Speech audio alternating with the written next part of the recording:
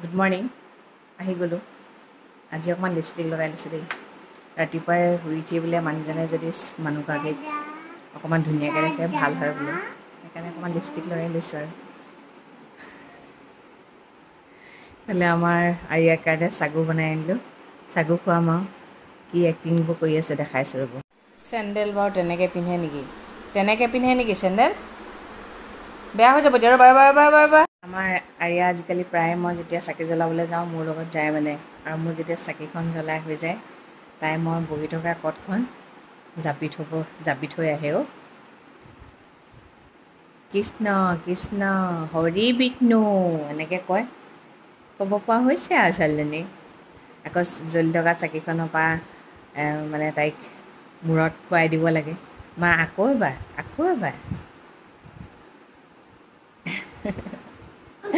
চা মোৰ ছোৱালীজনী চা আহা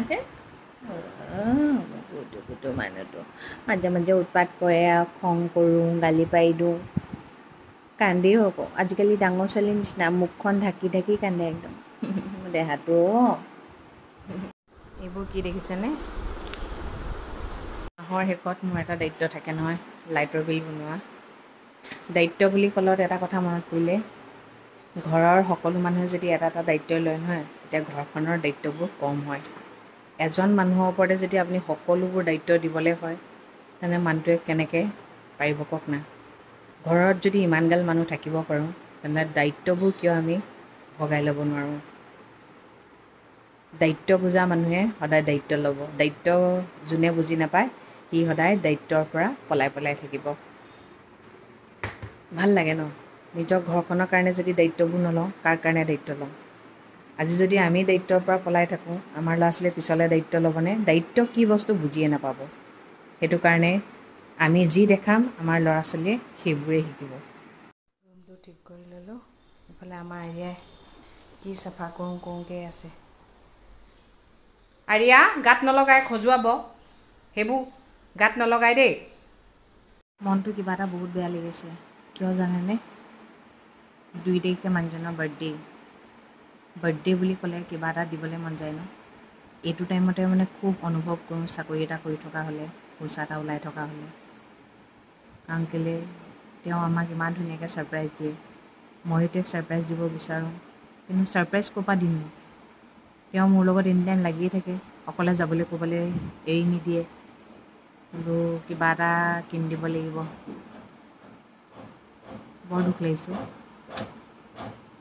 মাইকী মানুহৰ বোলে বুদ্ধি বহুত বেছি বুদ্ধি এটা পালোঁ বাৰু কম মোৰ বস্তু কিবা কিনিবলৈ আছে বুলি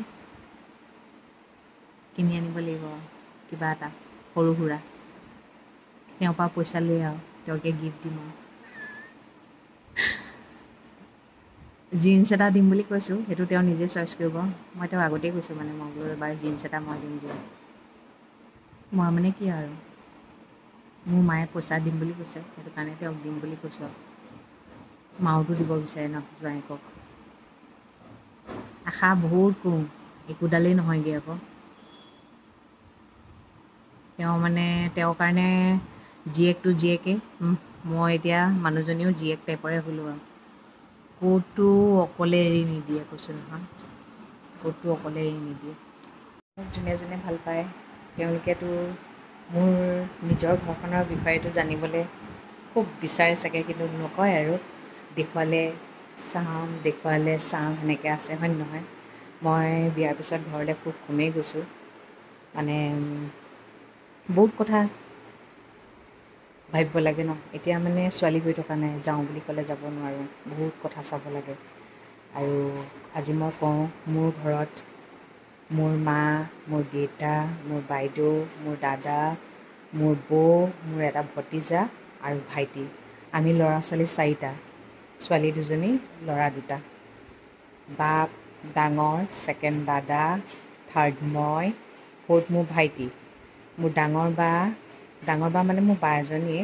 মোৰ বা মুখেৰে মাতিব নোৱাৰে সৰুৰ পৰা নহয় কিন্তু 3 বছৰ বয়সলৈকে মাতিছিলে বোলে বসন্ত ওলাইছিলে তেতিয়া মানে কিবা আইঘাটি লাগিলে সেই তেতিয়াৰ পৰা মানে মুখেৰে মাতিব নোৱাৰা হ'ল কিন্তু সকলো কাম তায়ে কৰে আমাৰ ঘৰখন যি দেখিব পৰিষ্কাৰ পৰিচ্ছন্নতা খোৱা বোৱা চব 6 বছৰ বয়সৰ পৰা মোৰ বাইদেৱে ঘৰৰ দায়িত্ব লৈছে জানেনে। খানা বনোৱা চনোৱা মোৰ মাও কৰে, মোৰ বাও কৰে।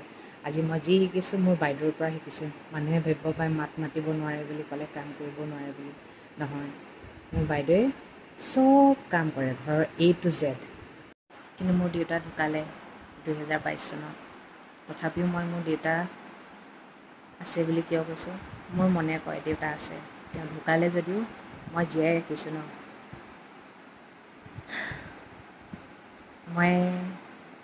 আমি সাধাৰণ ফেমিলি হয় দেই, বহুত সাধাৰণ ফেমিলি। জীৱনটো লাভবিলাসত উপভোগ কৰা নাই, কিন্তু কষ্টও পোৱা নাই। আমাৰ মা দেউতাই আমাক বহুত ধুনীয়া জীৱন এটা দিছে। আমি বস্তুটো নাই বুলি ক'বলৈ নাপাওঁৱেই, সদায় হাজিৰ হৈ থাকে। আৰু মোৰ মা বহুত চিম্পুল মানুহ হয়, মানে তেওঁ এটাই ভাবিছিলে পঢ়ি শুনি ভাল মানুহ হ, কিবা এটা কৰ, নিজৰ ভৰিত নিজে থিয় দে, সেইবুলি ভাবিছিলে। কিন্তু পঢ়াৰ বাদেও যে বেলেগ এখন দুনীয়া আছে, তেওঁ সেইটো টোটেলি মগজৰ পৰা উলিয়াই থৈছিলে মানে। যি কি নহওক, আজি মাৰ কাৰণেই যিকণ আছোঁ, মাৰ কাৰণেই, মাৰ শিক্ষাৰ কাৰণেই। সেইকাৰণে তেওঁক মই অন্তৰ আত্মাই বহুত চেলুট কৰোঁ। আৰু মোৰ যদি জীৱনটো কেতিয়াবা মাৰ কাৰণে দিব লাগে বুলিও কয়, তেনেহ'লে মই কেতিয়াও মানে এনেকুৱা নহয় মানে এই নিদিওঁ নেকি, দিম। কিয়নো তেওঁৰ পৰাহে এই ধুনীয়া পৃথিৱীখন দেখিছোঁ। তেওঁৰ কাৰণেই মই আজি এখন ধুনীয়া সংসাৰ পাইছোঁ। তেওঁ জন্ম নিদিয়া হ'লে মই এইখিনি নাপালোঁহেঁতেন, নহয়নে? সেইকাৰণে মোৰ মাৰ কাৰণে মোৰ জীৱনটো সদায় থাকিব, বিচাৰিলেই তেওঁ পাব। মই যদিও সাধাৰণ ফেমিলিৰ ছোৱালী হয়, তথাপিও কিন্তু মই জীৱনটো বহুত আৰামত কটাইছিলোঁ। কিয় জানেনে? মোক ঘৰত একো এটাই কৰিব নিদিয়ে। মোৰ বায়ে যে একো এটাই কৰিব নিদিয়ে। মানে এনেকৈ কয়, তই নকৰিবি, মই আছোঁ নহয়, মই কৰিম। তাই আজিও বিয়া হোৱা নাই, তাই কিন্তু জীৱনটো তেনেকৈয়ে গ'লগৈ। কিছুমান ক্ষেত্ৰত মানে ভাবিলে কিন্তু ভগৱানৰ ওপৰত খং উঠে, ভগৱান কি কৰি দিয়ে বাৰু। তাৰপিছত ভাবোঁ তাইৰ জীৱনটো চাগে তেনেকৈয়ে আছে, লিখা আছিলে সেইটো কাৰণে। বাকী ভাইটিয়ে বিয়া পতা নাই, দাদা বিয়া পাতিলে, দাদাহঁত বেলেগকৈ থাকে। সেইটোৱে, সৰু হৈ থাকোঁতে ল'ৰা ছোৱালীবোৰে কয় মা মোৰ, মা মোৰ। যেতিয়াই ডাঙৰ হৈ যায়, মা তোৰ, মা তোৰ। কিয় কৰে এনেকুৱা? মাকৰ মৰমবোৰ ল'ৰা ছোৱালীৰ কাৰণে সদায় একেই থাকে, কিন্তু ল'ৰা ছোৱালীৰ মৰমবোৰ কিয় বেলেগ হৈ যায়? মাৰ কাৰণে এটা সুকীয়া মৰম থাকিবই লাগে ন, কেনেকৈ নাইকিয়া হৈ যায়? নিজেই মাক দেউতাক হয়গৈ, তেনেহ'লে নিজৰ মাক দেউতাকৰ মৰম চেনেহবোৰ কেনেকৈ পাহৰি যায়? সেই মৰম যদি পাহৰি যায়, নিজৰ ল'ৰা ছোৱালীক কি মৰম দিব বাৰু? যি কি নহওক, যোন যেনেকৈ আছে সদায় ভালেই থাকক। সেয়াই মোৰ ঘৰৰ পৰিচয়। এয়া আমাৰ কলিজাটো শুই উঠিছে আৰু শুই উঠিয়ে ডাইৰেক্ট সুধিছে, দেউতা? শুই উঠাৰ পিছত মানে কাপোৰখন মই জাপোঁ যে সদায়, তাই মোক দি দিয়ে। আজি তুমি জাপাচোন, আজি তুমি জাপা, জাপা। কেনেকৈ জাপে? কাপোৰখন কেনেকৈ জাপে মা? অঁ জাপিম, আজি নাজাপোঁ দিয়া, থাকিব দিয়া। থাকক আজি, বেয়াকৈ থাকক, বেয়াকৈ থাকক আজি। অঁ এইটো মই পিন্ধিম বাৰু, এইখন থাকক দেই মা, এইখন থাকক আজি বেয়াকৈ দেই। মোবাইলটো অথনিপৰা চাৰ্জ দিলোঁ বুলি ভাবিলোঁ, চাইছোঁগৈ চাৰ্জৰ চুইচটোকে দিবলৈ পাহৰিলোঁ। এনেকুৱা প্ৰায়ে হয়েই মোৰ। আৰু এতিয়া আমি অকণমান ওলাই যাওঁ। ক'লৈ ওলাই যাওঁ? এয়া আমাৰ প্ৰিন্সেছজনী উলিয়াই দিলোঁ। এতিয়া বজাৰ কৰিবলৈ ওলাই যাওঁতে মই বোলো মানুহজনক কওঁ, কেক এটা অৰ্ডাৰ দি থৈ আহোঁ বোলো, কাইলৈ ইভিনিং টাইমত যেনে তেনে লৈ আহিম। কেনেকৈ দিম? মানুহটোৱে চায়েই আছে। ভাবি থাকোঁতেই গৈছে, কি কৰিম জানো, মনটো বেয়া লাগি গৈছে। কাকো ক'বলৈ মানুহো নাই, বোলে আনি দিবিচোন,